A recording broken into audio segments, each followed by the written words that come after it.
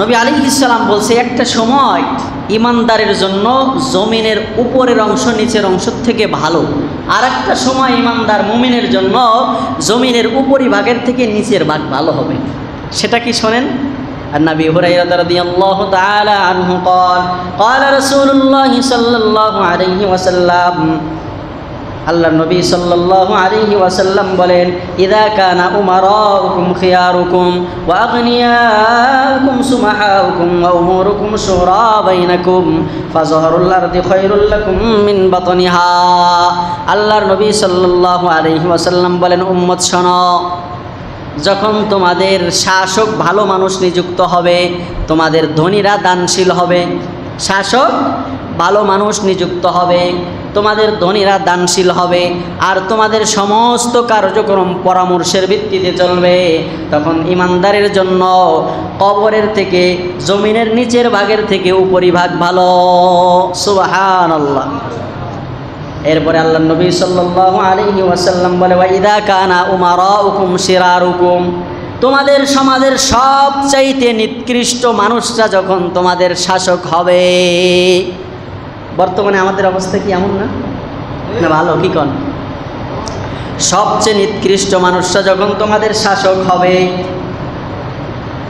এরপরে আল্লাহর নবী সাল্লাল্লাহু আলাইহি ওয়াসাল্লাম বলেন, আর তোমাদের ধনীরা যখন বুখালাউকুম, ধনীরা যখন কৃপণ হয়ে যাবে, যাদের হাতে টাকা পয়সা থাকবে তারা কৃপণ হয়ে যাবে। আর ওয়া উমুরুকুম ইলা নিসাইকুম, তোমাদের সমস্ত কাজ কামের দায়িত্ব যখন তোমরা নারীদের উপরে দিয়ে দিবে। আমাদের একেবারে প্রধানমন্ত্রীর থেকে নিয়ে ওইখান থেকে নিয়ে আমাদের ঘর পর্যন্ত সব জায়গায় নারী নারী নারী নারী, ঠিক না? আমাদের সব কাজ আমরা পরামর্শের ভিত্তিতে না কইরা এখন সব দিয়ে দিছি নারীরে। আল্লাহর নবী বলে, যখন এই তিনটা মহামারীর মধ্যে তোমরা পড়বা, তোমাদের বাদশা যখন খারাপ মানুষ হবে, ফাসিক লোক যখন তোমাদের সমাজে নেতৃত্ব দিবে, 2 নম্বরে হলো তোমাদের ধনীরা যখন কৃপণ হয়ে যাবে, 3 নম্বরে নারীরা যখন তোমাদের পুরুষের মাথার উপরে কাঁঠাল ভেঙে খাবে, তখন ফাবাতনুল আরদি খায়রুম মিন যহরিহা, ইমানদারের জন্য তখন জমিনের উপরের থেকে নিচের ভাগই উত্তম হবে। তার মানে ইমানদারের এই দিন দেখার চাইতে মরে যাওয়া ভালো। এই দিন দেখার চাইতে মরে যাওয়া ভালো। আমাদের সমাজের বর্তমান অবস্থা কি এমন না? এই হাদিসগুলোর সাথে মিলে না ভাই? এর মধ্যে তো আমরাও শামিল আছি, কিছু কিছু দোষে আছি না? তো আমরা যেই দোষগুলোতে শামিল আছি, এই দোষগুলা পরিহার করবো তো ইনশাআল্লাহ। হ্যাঁ, ওজনে কম দিবেন, আনার সময় বেশি আনবেন না, পরিপূর্ণ আনবেন, পরিপূর্ণ দিবেন। আল্লাহ আমাদের সকলকে তৌফিক দান করেন।